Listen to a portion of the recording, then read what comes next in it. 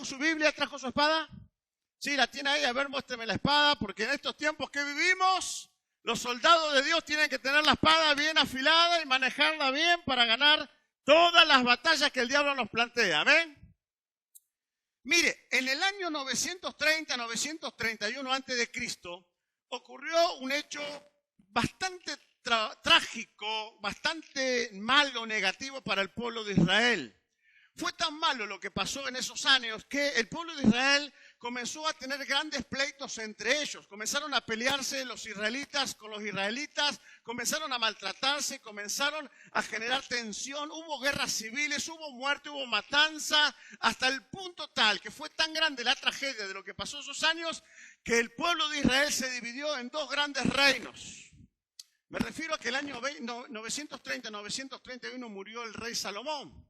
Y después de la muerte del rey Salomón, se comienza una tensión tan grande en Israel que el reino se divide en dos.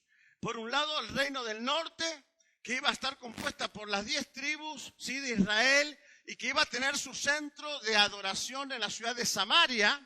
Y por el otro lado, el reino del sur, o Judá, que iba a estar compuesta por 2 tribus y que iba a tener su centro de adoración en Jerusalén. Ustedes se acuerdan que hay un pasaje en la Biblia que dice que los judíos y los samaritanos no se daban.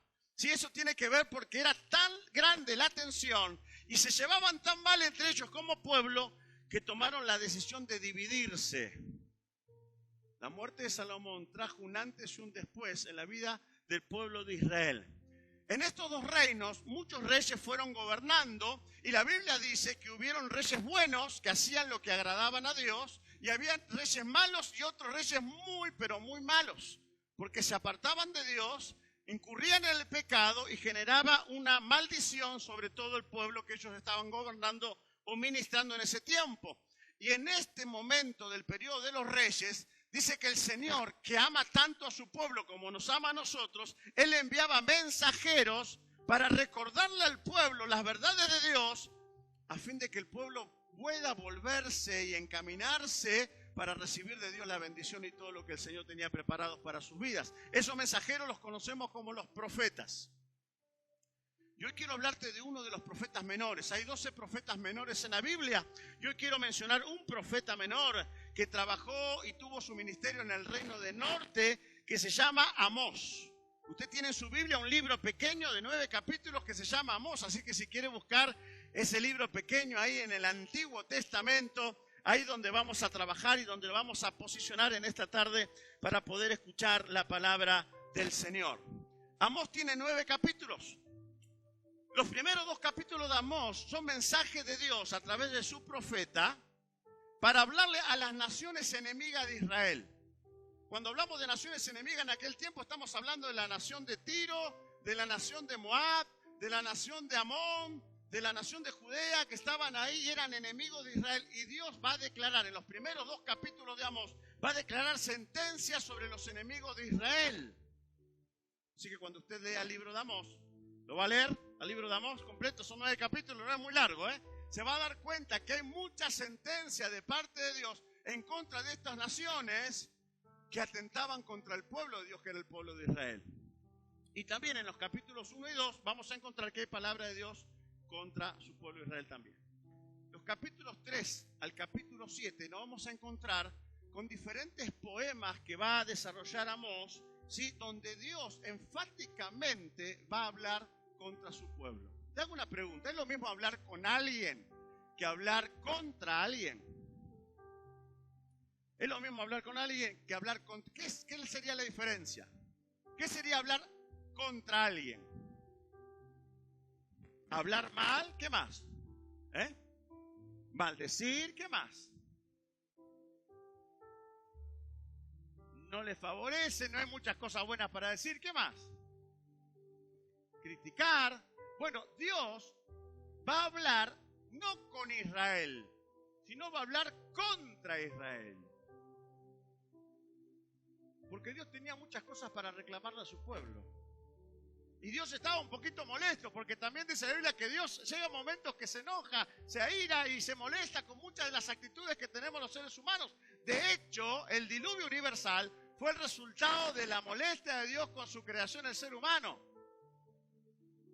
Y el pueblo de Israel venía haciendo cosas malas y Dios llegó a un punto que se hastió, se le agotó la paciencia y iba a usar a Amós, su profeta, para hablar en contra de Israel. Y usted va a encontrar todos esos poemas en los capítulos 3 a los capítulos 7 de Amós. Y de capítulo 8 y capítulo 9 lo que vamos a encontrar son diferentes visiones que Amós va a tener de parte del Señor, donde va a mostrar y declarar lo mal que iba a terminar el pueblo de Israel en el reino del norte. Esas consecuencias del mal caminar del pueblo de Israel en este tiempo iban a terminar en una destrucción del pueblo de Israel. Y 40 años después de Amós se va a cumplir la profecía. El pueblo de Israel, el reino del norte, va a caer en manos de los asirios. Y los asirios por 3 años lo van a sitiar hasta matarlos de hambre y luego lo van a invadir y se los van a llevar al exilio. Y el pueblo de Israel va a ser un pueblo esclavo. El reino del sur, Judá, fue invadido por los babilónicos. Ustedes se acuerdan de Nabucodonosor. ¿Sí? Él invadió el reino del sur, que era Judea. ¿Está bien? Pero el reino del norte fue invadido por los asirios, fue masacrado por los asirios. 40 años después de que Amós habló de parte de Dios y que el pueblo no recapacitó, ni se arrepintió, ni cambió su caminar, las visiones que Amós había declarado se cumplieron. ¿Saben? Porque Dios no es un Dios que miente. Todo lo que Dios dice se va a cumplir en nuestras vidas. Entonces quiero comentarte un poquito acerca de lo que Dios quiere hablarnos en esta tarde. Amós, el nombre Amós significa portador o carga. Tiene que ver con la responsabilidad enorme que Dios iba a depositar en Amós para poder pararse y hablar en contra del pueblo de Israel de parte de Dios. Amós era un pastor y también era un cultivador de higueras. Ese era su oficio secundario. Además de ser profeta, era un pastor y cultivador de higueras. Miren lo que dice, y vamos a detenernos en el capítulo 5 del libro de Amós. Capítulo 5 del libro de Amós. ¿Lo tienen todos ahí? Oíd esta palabra que yo levanto para lamentación sobre vosotros, casa de Israel. Dios no estaba hablando con Israel, Dios iba a hablar en contra de Israel. Otra versión dice, oye esta palabra, reino de Israel, este canto fúnebre que por ti entono. Fíjense qué palabra difícil, ¿no? Cayó la Virgen de Israel, versículo 2, y no podrá levantarse ya más. Fue dejada sobre su tierra, no hay quien la levante. No hay quien la levante, porque así ha dicho Jehová el Señor, la ciudad que salga con 1000 volverá con 100, y la que salga con 100 volverá con 10 en la casa de Israel. El problema que tenía Israel en este tiempo fue causado por su rey. El rey en aquel entonces se llamaba Jeroboam II.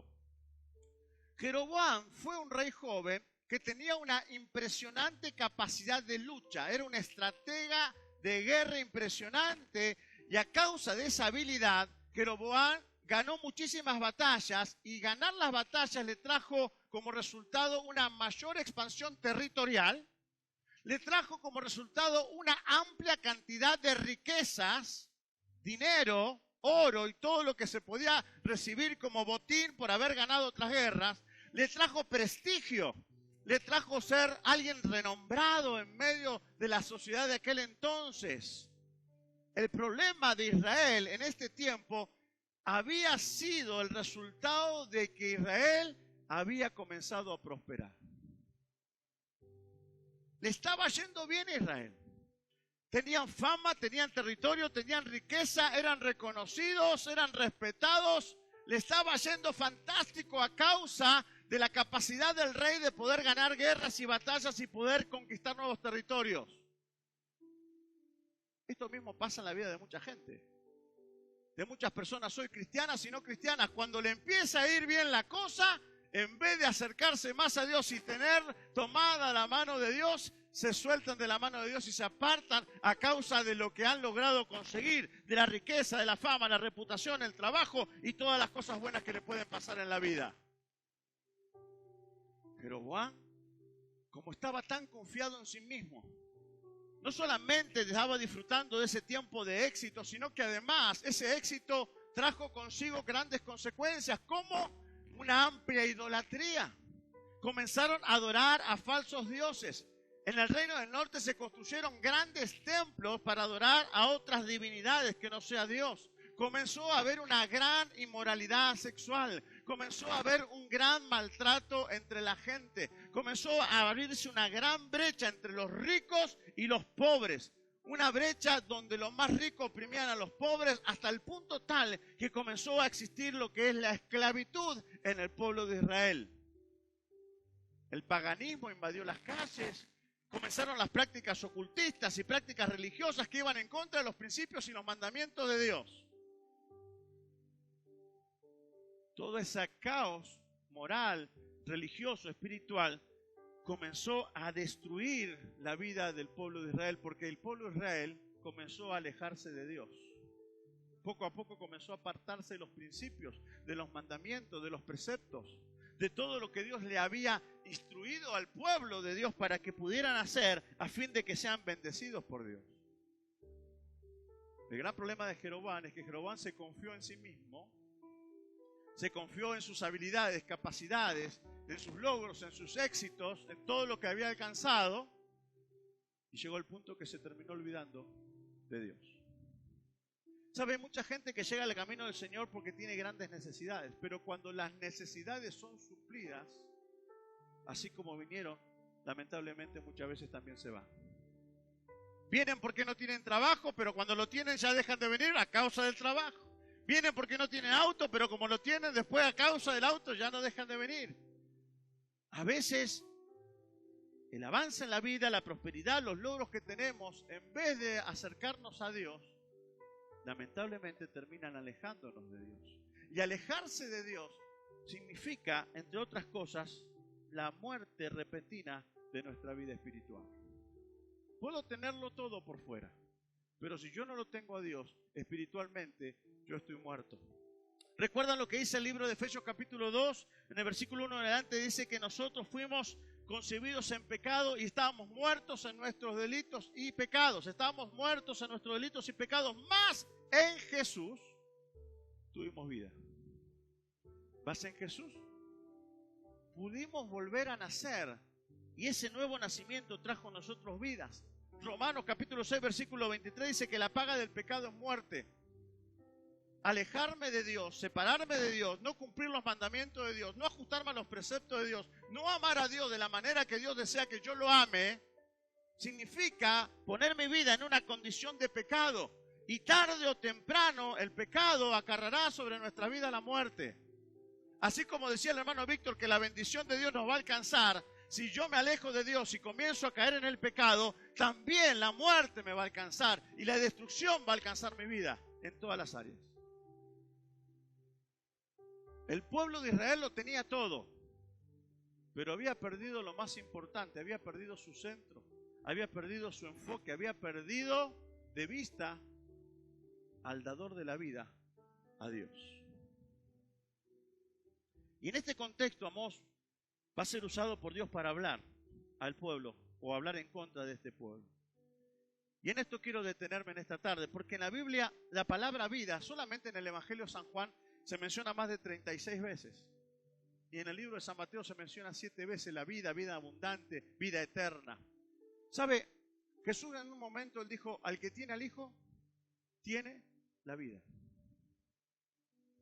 Pero yo no tengo al Hijo, pero tengo trabajo, tengo dinero, tengo reputación, tengo fama, tengo título, pero al que tiene al Hijo, tiene la vida. Al que no tiene al Hijo, por más que tenga todo lo demás, todo lo humanamente y terrenalmente deseable, si no tiene al Hijo de Dios en su corazón, no tiene la vida. Y por consiguiente, si no tengo vida, tengo muerte. Porque lo contrario a la vida es la muerte. ¿Me sigue? Lo contrario a la vida es la muerte. Yo puedo tener todo, pero si no tengo a Dios, no tengo vida. Y al no tener vida, la muerte espiritual, moral, física, psicológica, va a alcanzar mi vida y me va a destruir. Satanás ha venido, dice la Biblia, para matar, hurtar y destruir. Más Jesús, dice la Biblia, Juan 10:10, ¿qué dice? Yo he venido para que tengan Jesús nos dice, yo he venido para que sean prósperos. ¿Se da cuenta? Yo no he venido para que tengan lujos. Yo no he venido para que tengan esto o aquello, todo lo que el mundo les pueda ofrecer. Yo he venido a darles algo que el mundo no les puede ofrecer. Yo he venido a darles vida. Y que esa vida sea una vida abundante. En medio de este caos, escuchamos la voz de Dios en el capítulo 5 de Amós. Y fíjense lo que le dice Dios en el versículo 4. Presta atención a la palabra de Dios, hablando él directamente a través de Amós con su pueblo. Dice, pero sí, así dice Jehová a la casa de Israel. ¿Qué dice?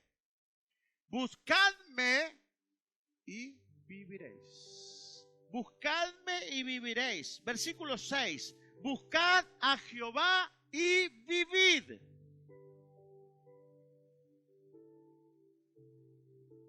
El Señor amaba a su pueblo con locura. En ningún momento el Señor deseaba que su pueblo fuese muerto, fuese destruido a causa del pecado. Pero el Señor tenía que redireccionar el corazón y la mente de este pueblo que se había apartado en pos de los logros y los éxitos que había conquistado, para hacerle entender que la vida no pasaba por ahí. La verdadera vida pasaba en que ellos busquen a Dios. Porque el dador de la verdadera vida solamente es Dios. Y no hay vida fuera de Dios. Pero mire, una de las cosas que el ser humano somos, entre muchas cosas que nos podemos autocalificar, es que muchas veces el ser humano es duro de entender. Es duro de servir, es duro de corazón, es terco. Usted le dice a una persona, mira, no hagas esto porque si haces esto te va mal, y la persona lo hace. El problema del pueblo de Israel se daba lo que dice ahí en el libro de Proverbios capítulo 14 versículo 12, dice que ellos pensaban que el camino que habían elegido era un camino recto y correcto. Sin embargo, el camino que habían elegido es el camino de la muerte. Miren, vamos a Proverbios capítulo 14. Proverbios capítulo 14. Versículo 12 dice, hay camino que al hombre y a la mujer le parecen derechos o rectos, pero su fin, ¿qué dice? Es camino de muerte.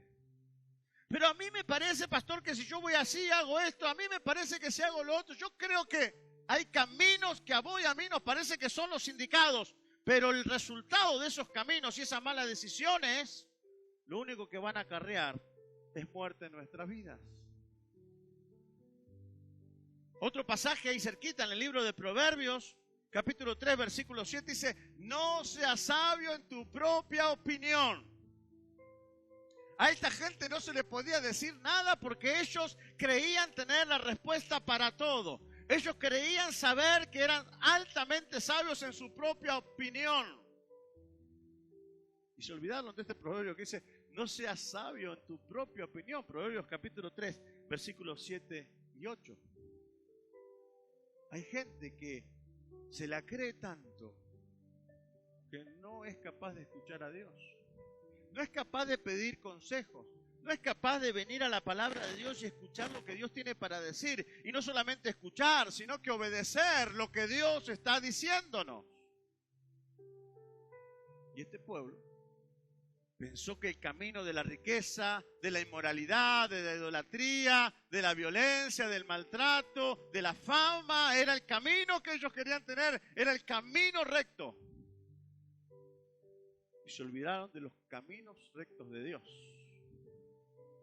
Y terminaron en una gran destrucción, hambruna y muerte. La verdadera vida, si buscamos la verdadera vida, tenemos que recordar que la verdadera vida es Dios y viceversa. Dios es la verdadera vida. Buscadme, le dijo el Señor. Búsquenme, vuélvanse a mí, mírenme otra vez, tomen en consideración mis consejos, sigan mis caminos, sean fieles a mis mandamientos y viviréis. Si siguen por el camino que ustedes quieran seguir, lamentablemente moriréis. El libro de Juan, capítulo 11, esto tiene mucha consonancia con varios pasajes del Nuevo Testamento, hablando acerca de Jesús. Pero Juan capítulo 11, versículo 25, dice: entonces Jesús dijo: yo soy la resurrección y la vida. Diga conmigo fuerte: la vida. El que cree en mí, aunque esté muerto, vivirá. El que cree en mí, vivirá. Miren lo que dice ahí nomás, primera de Juan, primera carta de Juan, casi ahí al final más bien, de la Biblia. Primera de Juan, capítulo 5.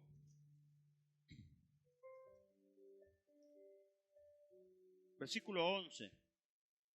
Y este es el testimonio que Dios nos ha dado, vida eterna, y esta vida está en su Hijo.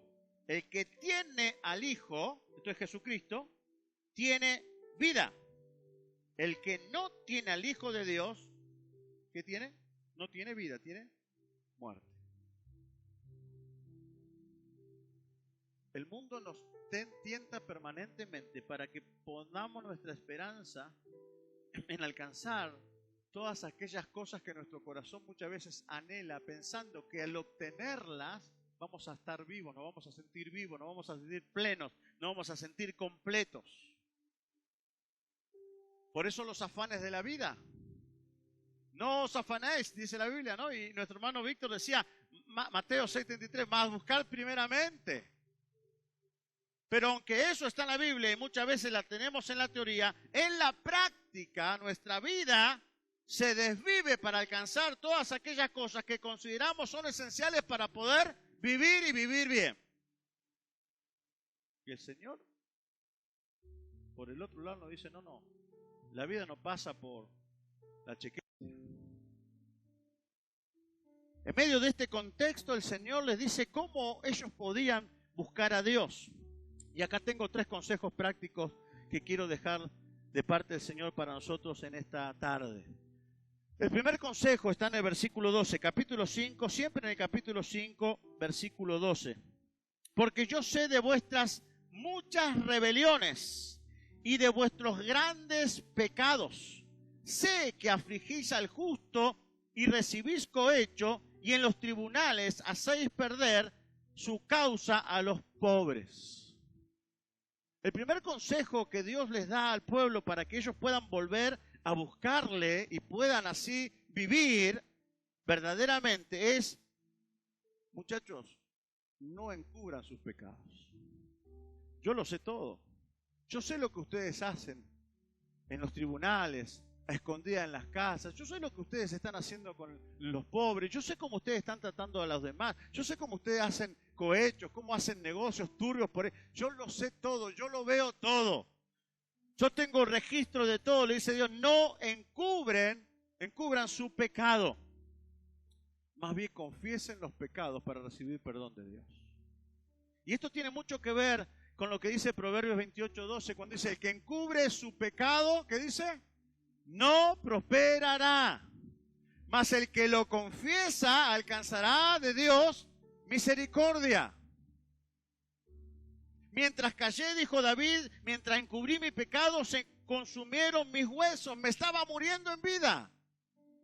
Pero cuando declaré a Dios lo que había hecho, Dios en su misericordia me perdonó. Hermano, podemos ocultar muchas cosas delante de los ojos de los demás. Podemos hablar muchas cosas sin que los demás se enteren. Podemos hacer algunas trampitas ahí sin que la gente se dé cuenta, pero ante la mirada de Dios no hay nada oculto que no vaya a salir a la luz. Por lo tanto, pueblo de Israel, el Señor le decía, si ustedes quieren buscarme y quieren vivir otra vez verdaderamente la vida abundante que yo tengo para ustedes, no encubras tu pecado. Decláralo, confiésalo, reconócelo y recibe de parte de Dios el perdón y la misericordia. Primera de Juan, capítulo 2, versículo 1, dice, hijitos míos, no pequéis. Pero si alguno hubiera pecado, recuerde, tenemos a Jesucristo como nuestro abogado delante del Padre. Encubrir el pecado jugar a la vida como que Dios no está mirando y no se está dando cuenta y no está oyendo y no. Significa alejarnos cada vez más de la vida y meternos cada vez más en la muerte y en la destrucción. Primer consejo, no encubras tu pecado, confiésalos, busca el perdón de Dios y la misericordia de Dios. Segundo consejo que Dios le da, ahí nomás en el versículo 14 del capítulo 5, buscad lo bueno y no, ¿para qué? Para que viváis. Buscad lo bueno y no lo malo para que viváis. Busquen y practiquen lo bueno y no lo malo. Romanos capítulo 12, si me acompañan ahí rapidito, Romanos capítulo 12.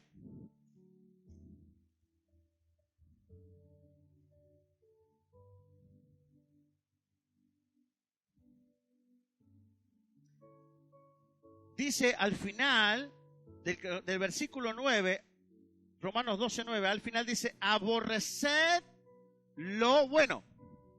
¿Qué dice?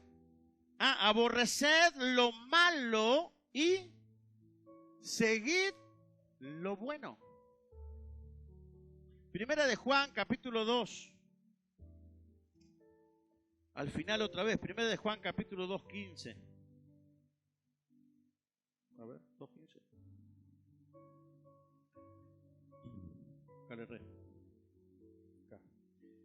Dice, no améis al mundo ni las cosas que están en el mundo. Si alguno ama al mundo, el amor del Padre no está en él. Porque todo lo que hay en el mundo, los deseos de la carne, los deseos de los ojos y la vanagloria de la vida, no proviene del Padre, sino del mundo. Y el mundo pasa y su deseo, pero el que hace la voluntad de Dios permanece para siempre. Y hacer la voluntad de Dios es hacer lo bueno, lo agradable, lo correcto, lo indicado, lo que es justo. Cuando uno se aparta de Dios y comienza a pecar, el resultado inmediato de una vida de pecado es empezar a amar lo malo y aborrecer lo bueno. O sea, empezamos a abrazar las cosas malas y comenzamos a hacer cosas malas. Por eso es que mentimos, engañamos, contestamos mal, tenemos malas actitudes, comenzamos a meternos en cosas turbias, porque el pecado nos lleva a amar lo malo y aborrecer lo bueno. Pero cuando amamos a Dios y buscamos a Dios, pasa lo contrario. Comenzamos a aborrecer lo malo y a amar lo bueno. Si el mundo está como está, es porque falta gente buena. Y la gente buena no puede hacer aquella gente que no tiene a Jesús en su corazón. La gente buena es aquella gente que tiene a Jesús en su corazón, que tiene la vida abundante del Señor, el que nos lleva a través de su Espíritu Santo a hacer lo bueno. Por eso es que el mundo espera la manifestación de los hijos de Dios, para que los hijos de Dios hagamos cosas buenas y aborrezcamos lo malo. Pero ¿cuántos hijos de Dios hacen más lo malo que lo bueno? ¿Cuántos hijos de Dios aman más la maldad que las cosas buenas y agradables y perfectas? ¿Conoce usted alguno? Tercer consejo que Dios le da. Capítulo 5, siempre de Amós, en el versículo 15, dice, aborreced el mal y amad el bien, y estableced la justicia en juicio. Quizás Jehová de los ejércitos tenga piedad del remanente de José. Aborreced el mal y amad el bien. Mire, no es lo mismo que el punto anterior. El punto 3, el consejo número 3, aborrecer el mal significa aborrezcan el pecado. Amen el bien significa amen la santidad. Aborrecer el pecado significa aborrecer todo lo que Dios aborrece. Significa decirle no a todo lo que Dios le dice que no. Y amar la santidad significa decirle que sí a todo lo que Dios dice que sí y amar a todo lo que Dios ama. En el libro de Primera de Pedro, capítulo 1, versículo 14, dice que tenemos que ser santos porque Dios que nos ha llamado es un Dios santo y demanda de nosotros santidad. En el libro de Primera de Juan, capítulo 3, otra vez vamos a Primera de Juan, capítulo 3, versículo 8, dice: el que practica el pecado es de Dios. ¿Tienen el pasaje? El que hace pecado, ¿qué dice? Wow. ¿Hay alguno que es del diablo acá? Porque el diablo peca desde el principio. Pero para esto apareció el Hijo de Dios, para deshacer las obras del diablo. Y todo aquel que ha nacido de Dios, ¿hay alguien que ha nacido de Dios acá en esta tarde, en este lugar? ¿Hay alguien que ha nacido de nuevo? ¿Hay alguien que ha recibido a Jesús en su corazón? ¿Hay alguien que tiene la vida abundante dentro de sí? El que nació de Dios, dice, no practica el pecado. Aborrece el pecado porque ama la santidad que Dios ama y procura vivir una vida de santidad de la manera y la magnitud que Dios así lo demanda. Por lo tanto, el Señor estaba confrontando a su pueblo duramente, le estaba diciendo: si ustedes quieren vivir verdaderamente la vida que yo tengo para ofrecerles, tienen que ajustarse por lo menos a estos 3 consejos. Confiesen sus pecados, no los tapen. Hagan lo bueno y no lo malo. Desechen el pecado y abracen y vivan la santidad. ¿Ven? Ya me levantaron la mano, ¿ven? Son rapidísimos. Queda poco tiempo, entonces ya termino. Romanos capítulo 3. Gracias por avisarme. Romanos capítulo 3. Versículo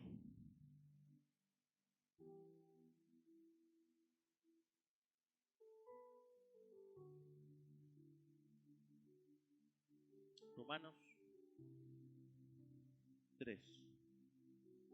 Bueno, 7 y 8, pero déjenlo porque... No es Proverbio 3. Proverbio. Ni yo me entiendo mi letra. Proverbios, es Proverbios.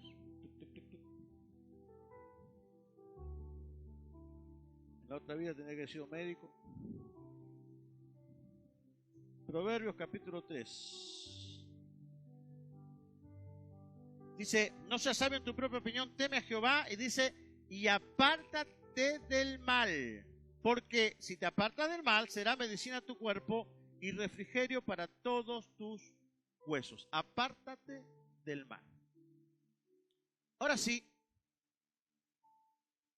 recordando varios pasajes históricos de la Biblia, Juan, que habla acerca de Jesús, Juan capítulo 14, versículo 6, Jesús dijo: yo soy el camino, la verdad y la vida. Juan 10:10, yo he venido para que tengan vida y la tengan en abundancia.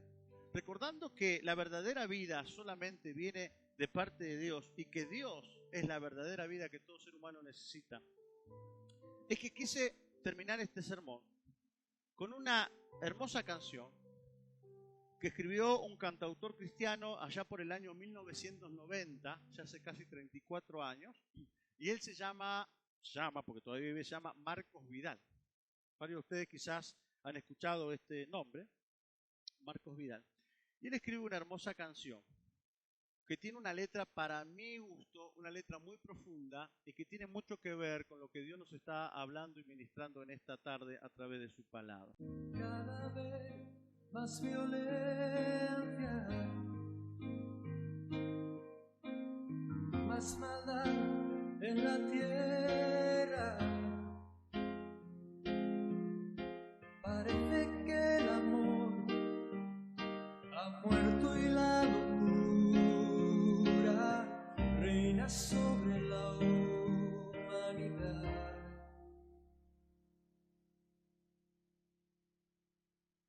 Jóvenes acabados,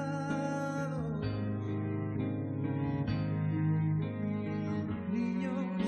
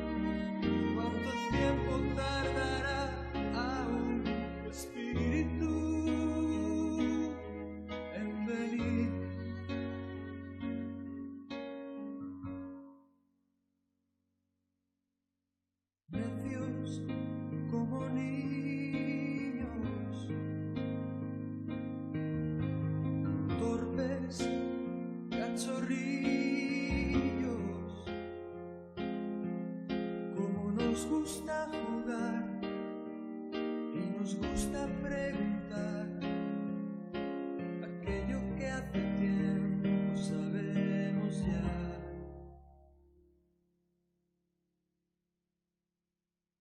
Dios aún sigue hablando, sigue aún contestando, y aquel que quiere oír aún puede percibir su voz de amor.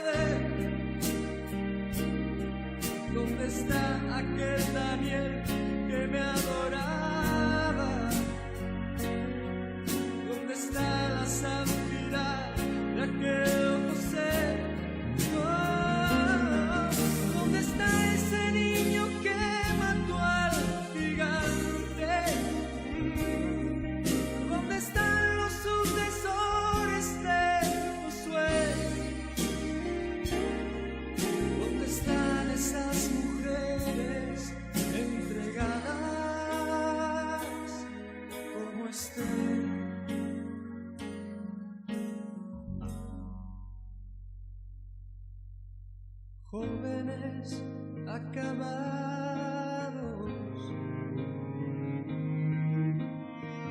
niños abandonados,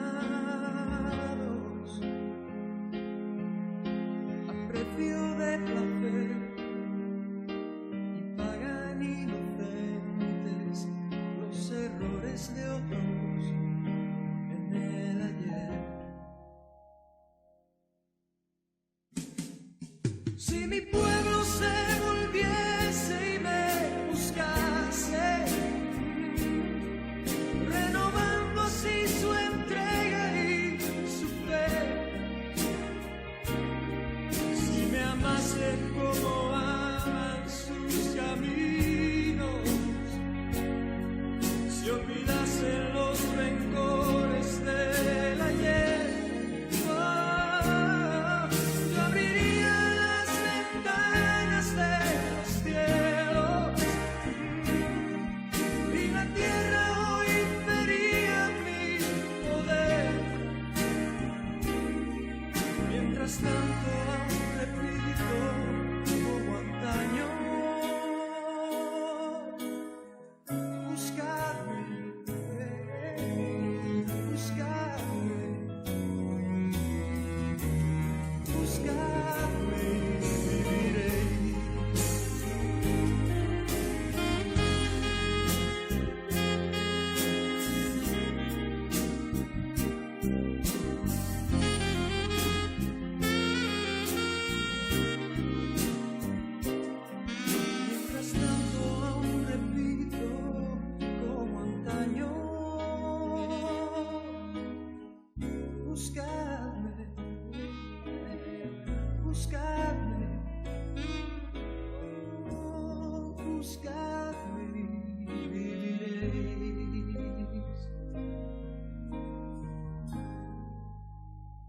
Cerrados, oramos al Padre en esta tarde. Señor, gracias por tu palabra, gracias por la letra de esta canción. Tú estás buscando hombres y mujeres dispuestos a consagrarse, a entregarse. Señor, hombres y mujeres dispuestos a confesar sus pecados, dispuestos a hacer lo bueno y dejar de hacer lo malo. Hombres y mujeres dispuestos, Señor, a aborrecer el pecado para abrazar la santidad. Señor, y yo quiero confiar de que tú vas a levantar un ejército de hombres y mujeres poderosos, Señor, en esta casa, que puedan abrazar la vida abundante de Jesús, que puedan buscarte verdaderamente, Señor, con todo su corazón, con todo su entendimiento, con todas sus fuerzas, Señor, porque hemos entendido que la verdadera vida está solamente en ti.